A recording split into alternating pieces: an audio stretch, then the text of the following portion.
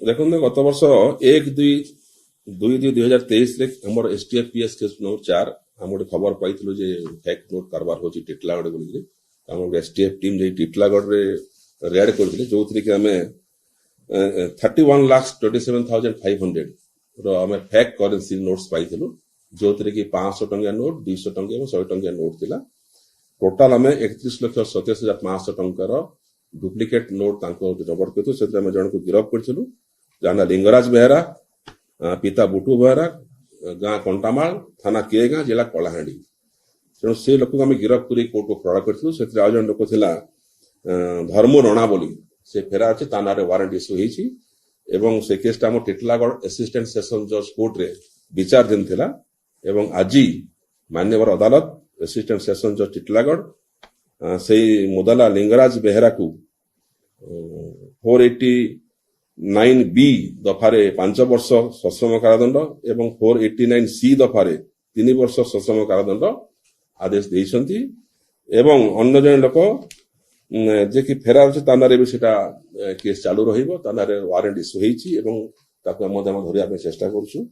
ଏବଂ ଏହି କେସ୍ରେ ସର୍ବମୋଟ 9 ଜଣ ସାକ୍ଷୀଙ୍କୁ ପଚରାଉଚରା ଏକ୍ସାମିନେସନ କରାଯାଇଥିଲା ଏବଂ 21 ଗୋଟି ଡକୁମେଣ୍ଟସ ଏକ୍ଜିବିଟ୍ କରାଯାଇଥିଲା।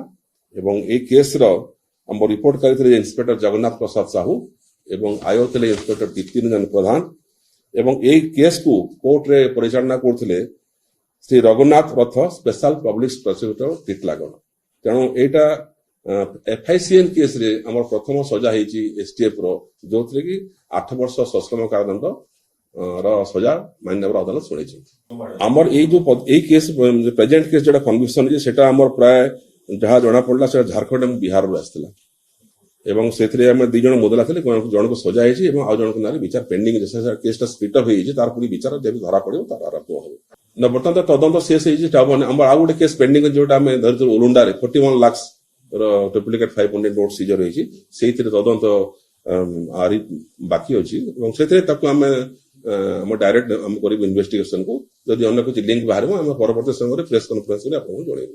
ଦେଖନ୍ତୁ ଚ୍ୟାଲେଞ୍ଜ ନିଶ୍ଚିତ ଭାବରେ ଥିଲା, ଯେହେତୁ ଏଇଟା ପଶ୍ଚିମ ଓଡ଼ିଶାରେ 3 ନମ୍ବର ନା 4 ନମ୍ବର, ଥରେ ରାଉରକେଲାରେ ଧରା ପଡିଲା, ବରପାଲିରେ ଧରା ପଡିଥିଲା, ଟିଟଲାଗଡ଼ ଧରା ପଡିଲା ଏଇ ଯେ ପ୍ରେଜେଣ୍ଟ କେସ୍ଟା। ତାପରେ ଗୋଟେ ଓଲୁଣ୍ଡା ସୋନପୁର ଜିଲ୍ଲାରେ ପେଣ୍ଡିଂ ଅଛି, ସେଟା ବର୍ତ୍ତମାନ ବିଚାରାଧୀନ ଅଛି ବୀରମହାରାଜପୁର କୋର୍ଟରେ।